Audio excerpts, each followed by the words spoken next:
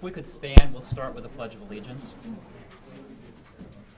I pledge allegiance to the flag of the United States of America and to the republic for which it stands, one nation, under God, indivisible, with liberty and justice for all.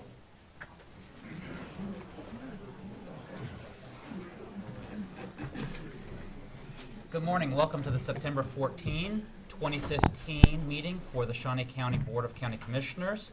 My name is Kevin Cook. I serve as the chair, also representing District 2. Joining me today is Commissioner Shelley Bueller, representing District 1. Good morning. Good morning. And Commissioner Bob Archer, representing District 3. Good morning. Good morning. I'd also like to recognize in the audience today we have the Deputy City Mayor, Karen Hiller. Good morning. Madam Clerk, if we could have our first item. Our first item is number 1, proclamation presentations. Recognition regarding Old Prairie Town's Ward Mead Botanical Garden being selected as an American Hosta Society National Display Garden. Good morning, Commissioners. John Bell, Recreation Program Supervisor at Old Prairie Town. I'm here to talk, and I got some friends with me to talk about Old Prairie Town being selected as an American Hosta Society National Display Garden. 2015 has been a tremendous year for us at Old Prairie Town, and especially in the Ward Mead Botanical Garden. We've got a number of accomplishments. A lot of things are going on. We have a great volunteer base, and a lot of them are here, and they will be introduced here briefly. So things are good. This year's really been a home run for us here at Old Prairie Town. And you know, the icing on the cake is the sound wall. That it's not done, and I will give you guys an update. They're kind of still in the process of getting things in place, but things are good. I'm going to introduce Tom Hammer. He is the horticulture supervisor, so his guys are the ones that actually supervise the botanical garden at Old Prairie Town. So here's Tom Hammer.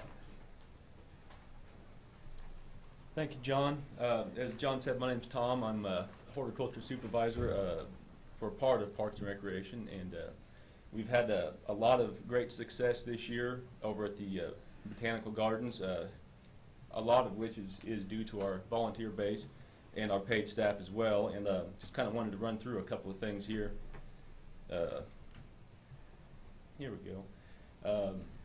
We had a lot of volunteers who had been traveling around to some of the botanical gardens in other parts of the country and realized that we could really make a name for ourselves if we tried to become, get accredited as a National Hosta Display Garden. We already had the shady areas which hostas need to grow. We already had a very large number of hostas. They just, a lot of them weren't named. We didn't have names on them, and of course we'll look in a minute. That's one of the requirements. So with a lot of their help and guidance, we started down that road of acquiring and naming those plants. Some of these requirements here, as you can see, must be a public garden, which we have, and 100 different registered hosta cultivars, which we were fairly close to begin with, but we just needed to get some more. And many of those were donated or bought at a low cost. The garden must have an educational theme, which the idea behind that with some of our volunteers was just to show parentage and show where those hostas came from in families, having lived in families, which that also has been done. Moving on down, just being well maintained and also not being totally dependent on volunteers. We do have 2 paid staff that do a lot of work over there in that garden. But we are very lucky to have our volunteers. So we've already been to the organization and gotten all that taken care of, and we are waiting on we're getting our plaque put in over there. We have a dedication coming on Wednesday, so we're very excited about that. Here's just an example of some of the signs that we have out. You could tour through the garden and see all 100 plants named, and many other hostas that still are not named that we'll be moving along through those in the coming months, I'm sure. Other improvements that we have made over the last couple of months in the gardens, we went ahead and started a butterfly way station, and that is now we have the sign up, and we are registered as a butterfly way station. This is something that benefits monarch butterflies, which their food source, and their habitat has really been declining over the years as they migrate north and south. So anywhere that someone can put in a way station really helps these butterflies. So we wanted to do that, and that's also a very big educational point that we like to have over there in the gardens. Also over in Old Prairie Town, we installed an herb garden. Again, this was done mostly with a lot of volunteer help, and that's turned out very nice. We've had a lot of great compliments on that. And some other additions, we've done a lot of work on the water features there. We've got a couple volunteers that spend most of their time just doing work on the water features. Added a fish feeder, which has been a big hit, been used a lot by the park patrons, just to kind of get a better look at the goldfish and the koi there. So, and also something that we're working on for the future here with another niche of our volunteers is trying to get our daylily beds. We've got a couple of specialized daylily beds that we're going to try to get registered as well with that organization. So, I think that gets us down to the last slide. I can answer any questions if there are any. Otherwise, I'd like to introduce Ray Schroeder if I could. He's going to come up and speak a little bit about our volunteers and introduce some of them. Ray is a longtime employee at Old Prairie Town and Ward Mead. He's been there probably as long as I've been alive. Thanks, Ray. Thanks, Tom. Morning, Ray. Good morning. It's hard to believe, it just seems like yesterday, but I started at Ward Mead 46 years ago. My first job out of college. My wife and I were the only two employees over there for many years. We lived in a mansion and we raised our family there. So a lot of memories. It's a very special place for us. And I can tell you with 100% certainty that 2015 was the best year we've ever had at Ward Mead as far as projects. It's been just a fabulous year. And I really think that 2016 is going to be even better than 2015. And we need to thank you all for buying into what we're trying to accomplish. John Knight and his staff for all they've done, and especially our great group of volunteers. They do a fabulous job. And in any botanical garden in the country today, we have to rely heavily on volunteers. There's not enough tax dollars to go around to keep these types of places looking as well as they should. And so volunteers drive everything, and our group is incredible. What's neat as far as I'm concerned now is that what we're seeing other gardens throughout the Midwest trying to do what we're trying to do. And so it's kind of neat being the leader in a field. In fact, the head of Botanica in Wichita, which a lot of you have heard of, he was in over the weekend, made a special trip just to see the things that we're trying to do. And so it's kind of neat that we're able to do that. And the future even looks brighter. In our group, and I'll introduce them and kind of tell you the areas that they're working in.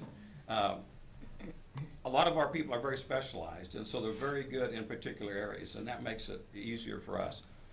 Nothing more fun than to come to work in the morning and have a volunteer there, smiling face, ready to challenge us to do more. It makes us better employees, too, when they're out there doing that. We've got, Amy Naylor's not here. Amy was the gal that designed and planted the herb garden. And it's a very nice garden. And the neat thing is that's going to be a money maker for us, because next year we'll start putting on herb classes, cooking with herbs, which is very popular today. And we'll also be taking cuttings from those herbs and selling them, package them, and sell them in our general store. So again, it's something that we'll be able to make money at. Gerald Binkley's back there. I think everybody knows Gerald. Gerald is our what would we call Gerald? He's our rock man. I have no idea how many loads of rock that we brought in this year. Yeah, all those, and you saw a couple in the slides, all the stepping stone rockways that we put in. All those came in Gerald's pickup with Gerald's gasoline in the Flint Hills. And if you're interested in some rocks for your own yard, don't ask Gerald, because he's not going to tell you where he gets them from. There are three of us that go out there, and Bob and Gerald and I get to go because I'm the young guy. And so they had to have somebody that could help pick up the rocks. And believe it or not, they blindfold me going out and coming back. That's how Gerald is as far as those rocks. You're never going to even know what part of Kansas they came from. But if you figure the value of those rocks, I mean, it's a lot. And those are all free. All we have to do is go out and pick them up. So that's great. Don Talaferro's in the back corner over there. He's with our Water Garden Society. Don's getting up. And, we have a lot of water features. And their group helped build almost all of those, and they help maintain them. Bob Sadoff told me years ago that they require no maintenance. Bob was not telling the truth. But their club does a fabulous job of maintaining those features, and they're a great asset to our park. Everybody loves streams. They love the sound of water and that type of stuff, and so they do a great job. Carol Morganson's back there. Carol is our elder statesman of our horticultural staff, of our volunteers, and he's also the president of our Topeka Council of Garden Clubs. And any project that we are thinking about doing in the future, he's a great research person. He has a wealth of knowledge, and we take advantage of that quite a bit. We have we saw our butterfly way station. Mary Cox was instrumental in putting that together. She wanted us to put in one, and we did it, and again, it turned out very good. We have the Fries from Rossville back there, a tag team match. Jim and Helen, they are our daylily experts. And Tom had mentioned a little bit about what they've done. We have what we call the Stout Silver Award winners. Those are every year a daylily is picked as a daylily of the year, and we have all those from '93 until present, '96 till present. Excuse me, I'm corrected. They've helped us improve our Kansas hybridizer bed, which are daylilies that have been developed by Kansas. And what's even neater, and we can't talk about it too much today, but next year we'll be coming back with another thing that we've done. We'll be the only public garden in the United States that's been able to do this. So we'll come back and talk about that one at a little later date. All the daylilies have been donated. That haven't cost us a single thing. We have Bob Sadoff, and of course Bob is y'all know Bob.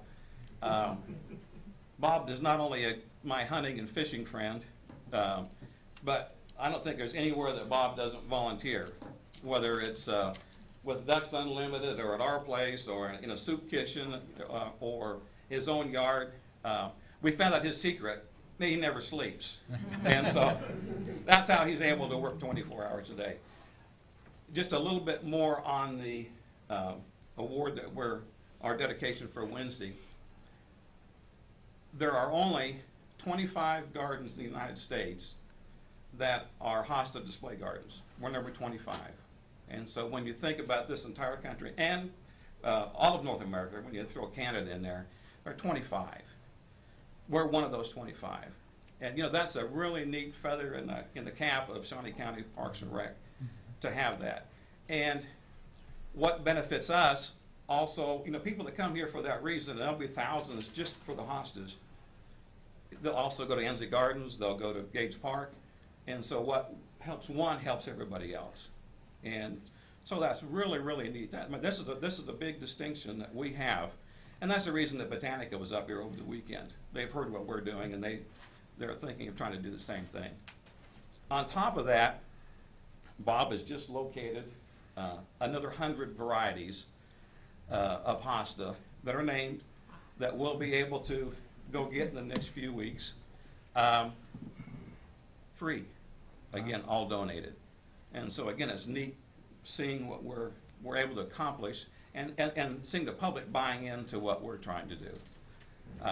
Anyway, I've probably talked about, I need to mention John Bell. You know, John doesn't oversee the garden part, but the marriage between Old Prairie Town and the Botanical Garden is a strong one, and it needs to be.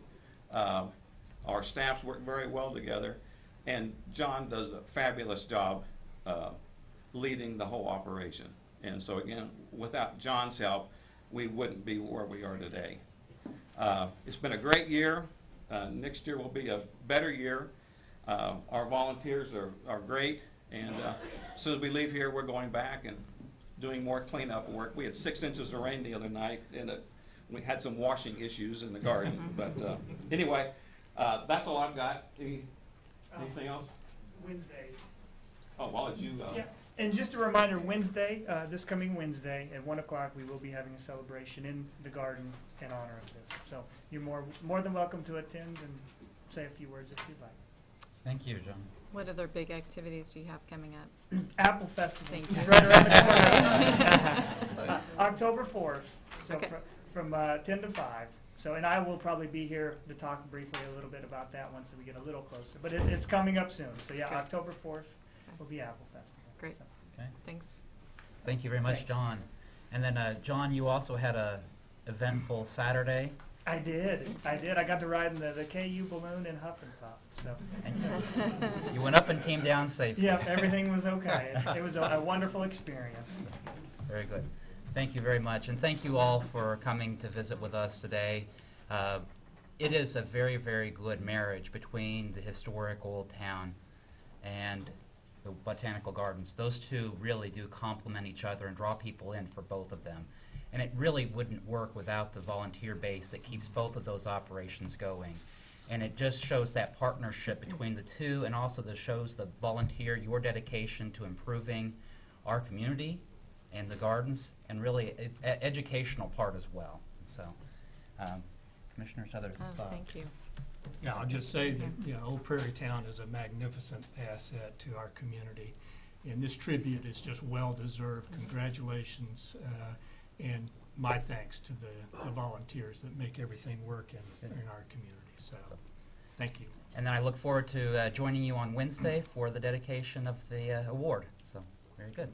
Thank you, John. Thank you. Madam Clerk, next item. Item 3, consent agenda. Are there questions or comments regarding the consent agenda? Move to approve the consent agenda as presented. Motion made by Commissioner Archer to approve the consent agenda as presented. Seconded by Commissioner Bueller. All in favor say aye. All opposed? Passes 3-0. Next item.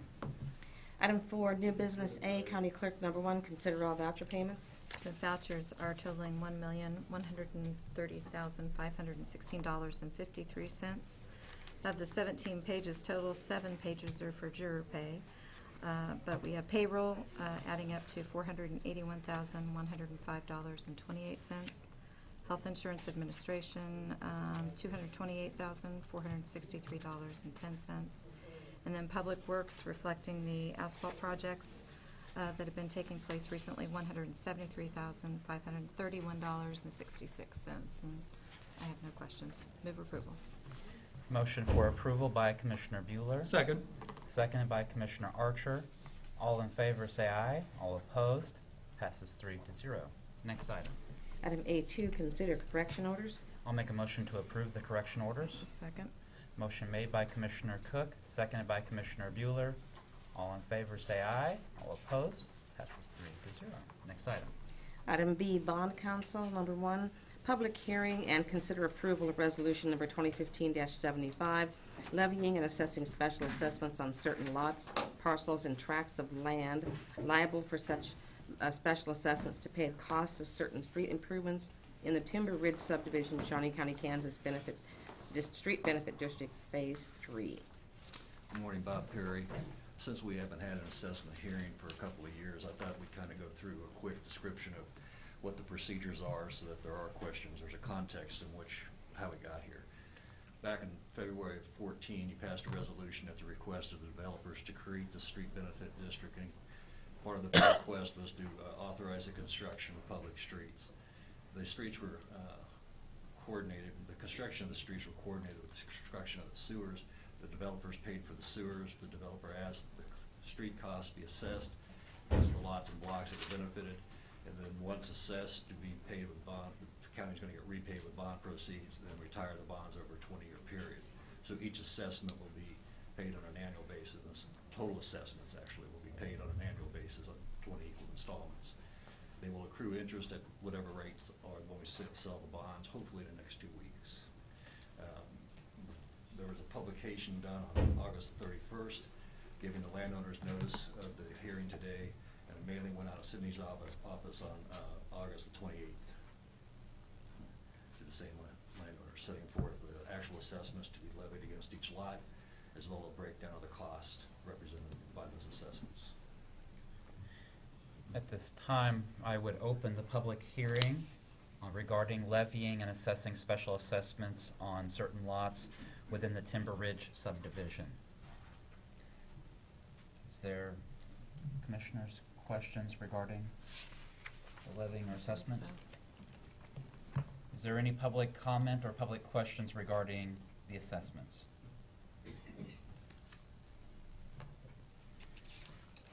Pleasure of the... I'll move to close the public hearing and adopt the resolution. There's been a motion made by Commissioner Bueller to close the public hearing and adopt the resolution. Is there a second? I'll second.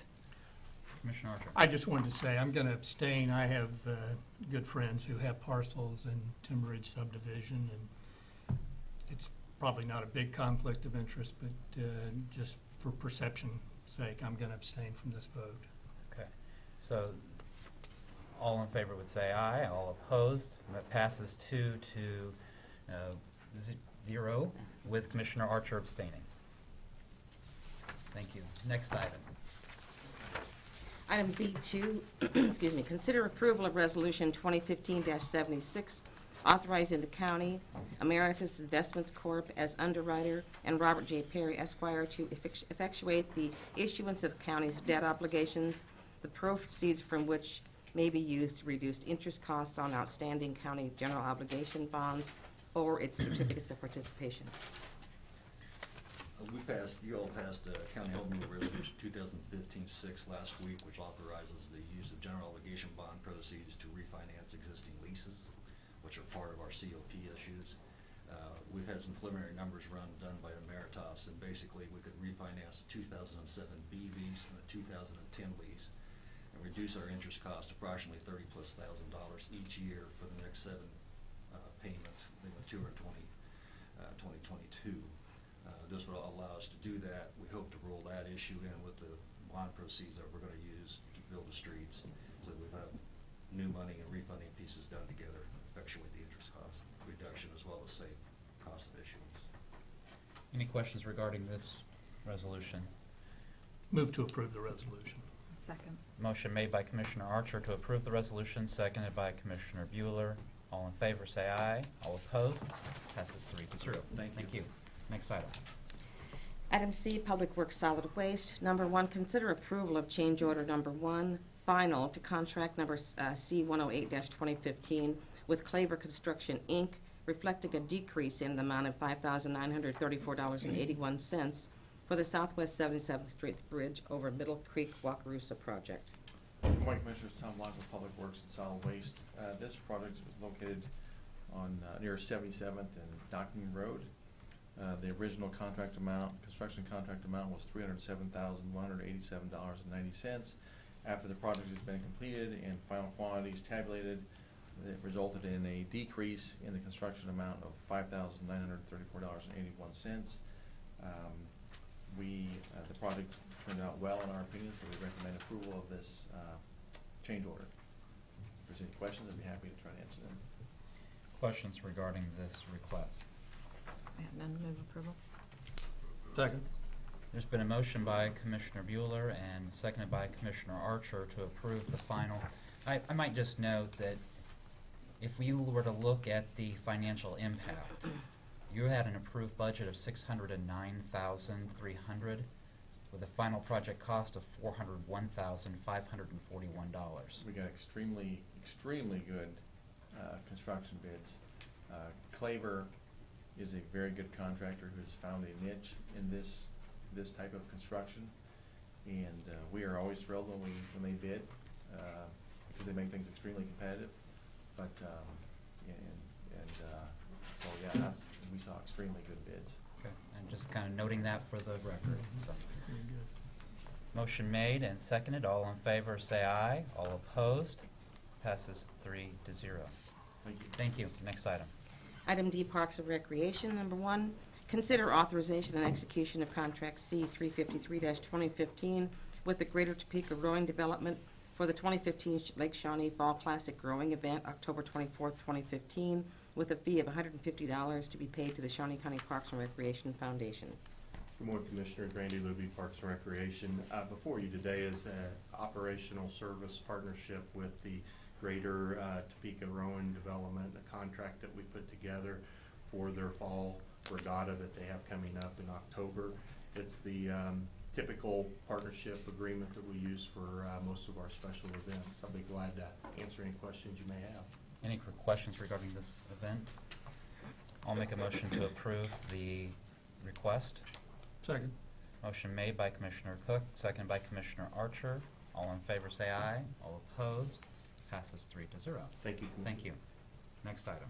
Item D2, consider approval to solicit a request for qualifications from engineering firms to conduct a safety inspection of the Lake Shawnee Dam and provide an inspection report to the Kansas Department of Agriculture.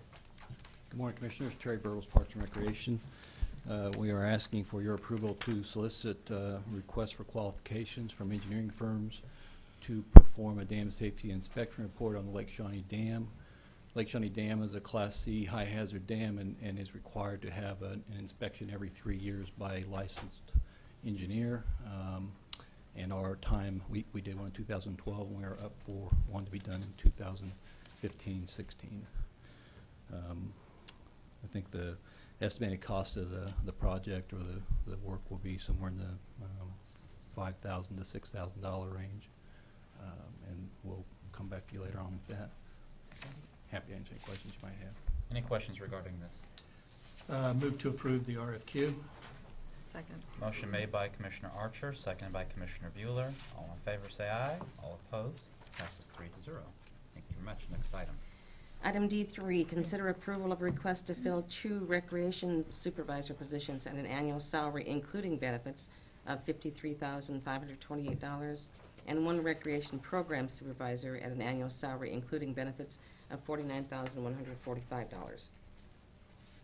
Commissioners, Mr. Knight couldn't be here today to address this with you. I understand he has had some conversations, so I don't think this is foreign to anyone. We're asking for approval to fill 3 vacant positions, 2 recreation supervisors and 1 rec program supervisor. The rec supervisor position will focus primarily on expansion of existing partnerships and development of new partnerships. Recreation supervisor position will coordinate all of our sports activities, including adult, youth, and contractual. And the other recreation program supervisor will coordinate all programs offered through the community centers, all of our recreational programs. It is part of our master plan reorganization, and it's spelled out, not spelled out, it is called out in the master plan, in the reorganization discussion as part of the master plan. And so this is just our next step down the line for our reorganization efforts in Parks and Recreation. I will do my best to answer any questions you might have. Mr. Crow, who's been working with John, is also available to answer any questions you might have. Commissioners, I might just note that also for the public's, this does not increase any salary. This is filling the positions at their current level. It does fall within the guidelines that we set forth, working with HR, with our compensation study and staffing survey, so that we're still within line with that, knowing that anything that comes out of the survey would potentially affect any future position. But these are positions that are open, and it's just filling them at their current rate. So working with the Parks and Recreation departments to make sure that we're in compliance with the rules we set forth for everybody else. So any other questions regarding this? I'll make a motion then to approve the request to fill these positions. Second. Motion made by Commissioner Cook, seconded by Commissioner Archer. All in favor say aye. All opposed? Passes 3-0. Thank you. Next item. Item D4, consider approval of request to award the bid for the installation of walkways at Lawrence Bay Park, 4700 Southwest Vorse Road, to Merricrete at a price estimated to be $36,888. Commissioners, you might recall a couple weeks ago, I was before you doing a presentation on the Parkland Acquisition and Development Fee Fund.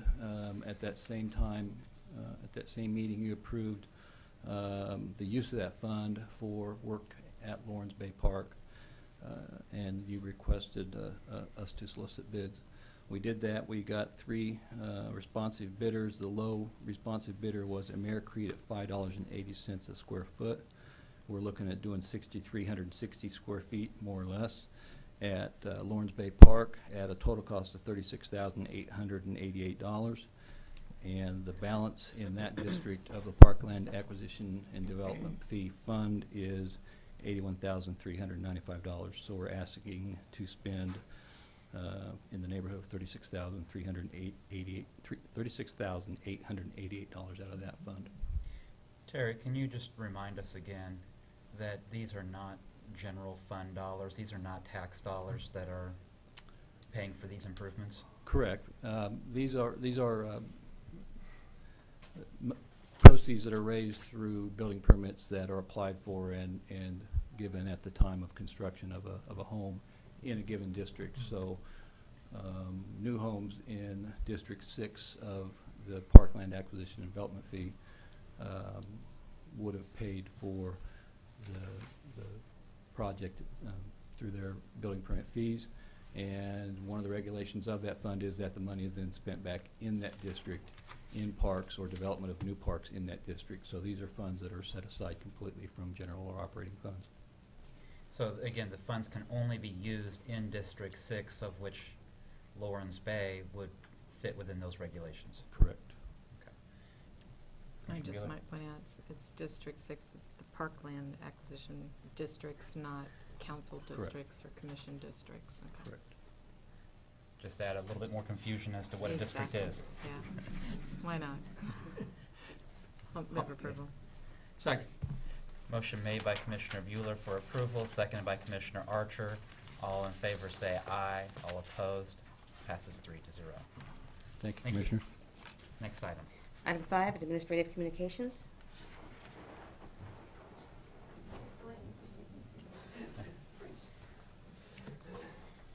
Good morning, Commissioners. Susan Feller-Hensler with Parks and Recreation. As you are aware, we've received a lot of input through surveys and meetings from the public on how Parks and Recreation is doing and what we could do better as we were putting together the master plan. So I just wanted to let you know today that along with Heartland Visioning, we are going to continue receiving information from the public and have that conversation continue to go on about our future with Parks and Rec by hosting 4 public meetings that are coming up over the next few weeks in September and October.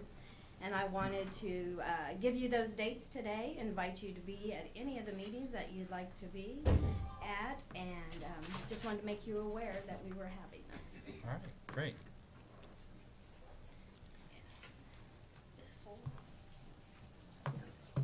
Susan, I might mention, if I may, Mr. Chair. Yes.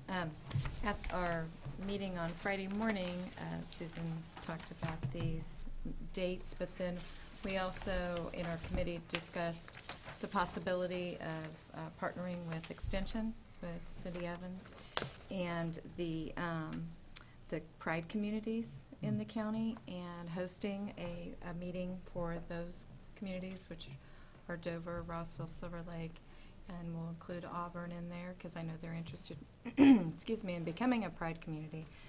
So in addition, there would be a 5th meeting that would include those communities as well. Great. More public input we can get, always the better. Thank you. Other administrative communications this morning.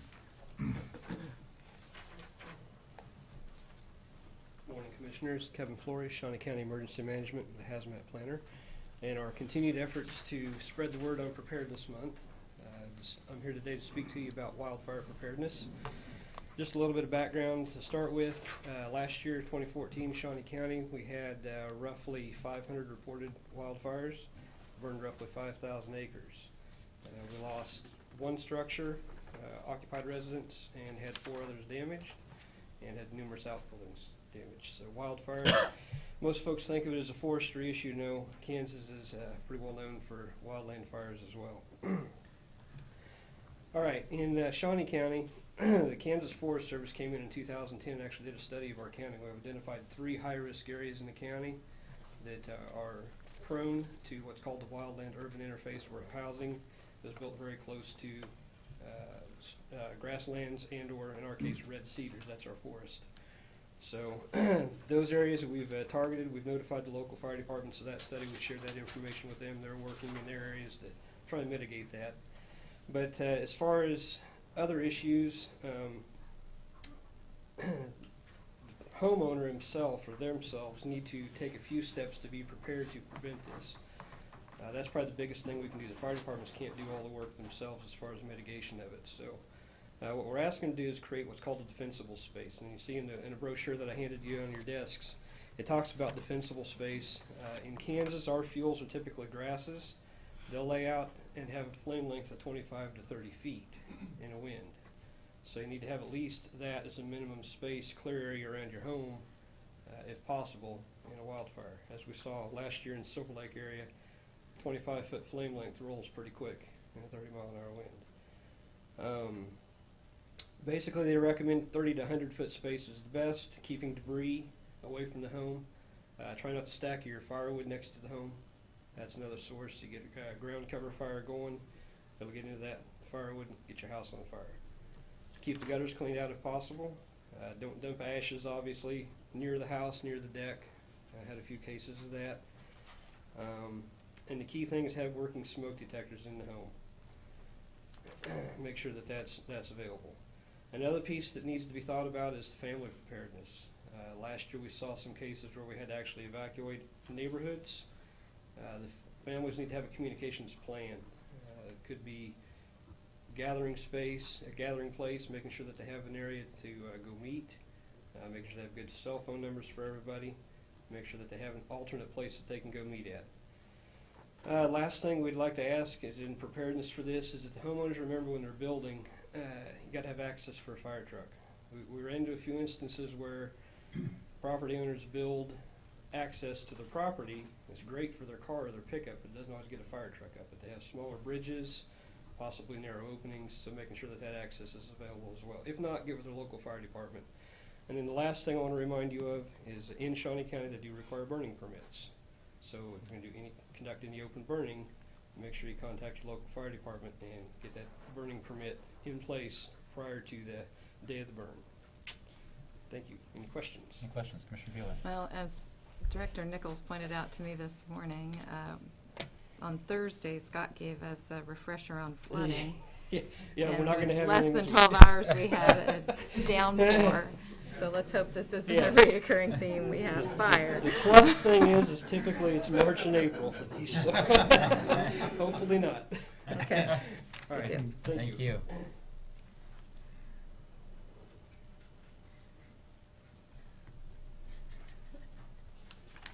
Morning, Commissioners. Allison Alejos, Health Agency. I just wanted to announce that our next Board of Health meeting is going to be on Monday, September 28th, right after the Commission meeting.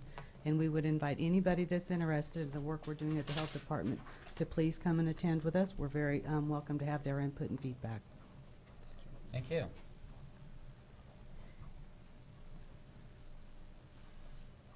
Again, Randy Luby, Parks and Recreation. I just want to take the time to thank Emergency Management and Public Works for this past weekend. We had the Huff and Puff and the Topeka Duck Race this weekend at Lake Shawnee. Estimated crowd for the weekend was in the neighborhood of 15,000, so you can imagine all the traffic issues we had. It was an awesome event. We had the Huff and Puff had 2 out of the 4 events went. Sorry, Commissioner Cook, yours was a little windy, I guess, on Sunday morning, but it really is a cool event that it's the 40th year for the Huff and Puff, but it's approaching the 20th year at Lake Shawnee. So I don't think there's a better place in the city for this event. So, but I did want to take the time because it's instrumental that all our departments work together on these events, and the sheriff department as well. So thank you. Thank you.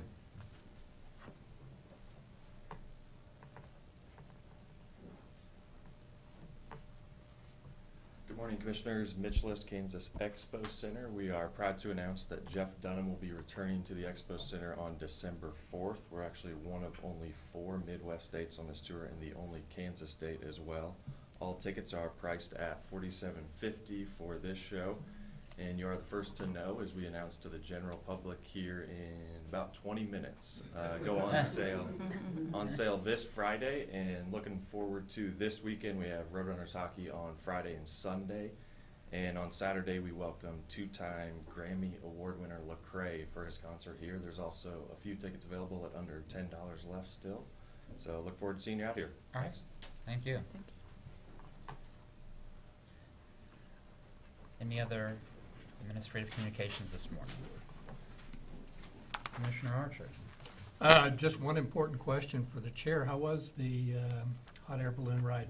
Well, we weren't able to go up on Sunday, but I was able to go out on Saturday morning, bright and early, and see all of the balloons get ready and pulled out, lift off, and got some great pictures and some great shots. We got to see John Bell and Mike take off and watch them go float away, and so it was actually a very, very good event. It was great on Saturday morning. It's kind of the risk you take on the hot air balloon, whether or not they're going to take off, and so we would rather err on the side of caution and safety rather than have an accident occur. So, but no, it was good. Good. Commissioner Bueller. I don't have anything. The hockey is something I wanted to kind of talk about a little bit. I was able to go to the hockey game on Friday. We were able to see the Roadrunners pull out a win. It was a great event to be at.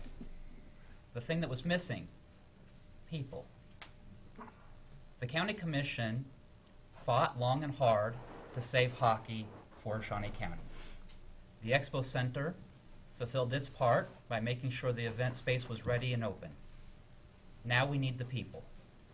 And so I would ask all of you that said that you would support hockey, now's your chance to do so. I know that there's a lot of events that can compete. We had 15,000 people out at Huff and Puff over the weekend.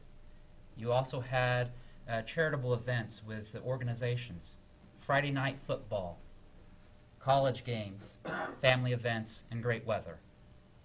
But if we really want to make this a lasting impact, if we truly want to support hockey, you can't just walk the walk, you've got to talk the talk. And other way around, talk the talk, walk the walk. Boy, so now's the chance. If you truly want to save and make hockey successful in community, show up. And that's where I'd like to end it for today. Madam Clerk, our next item. Item 6, executive session. There is not a need for an executive session today. We are adjourned. Good move.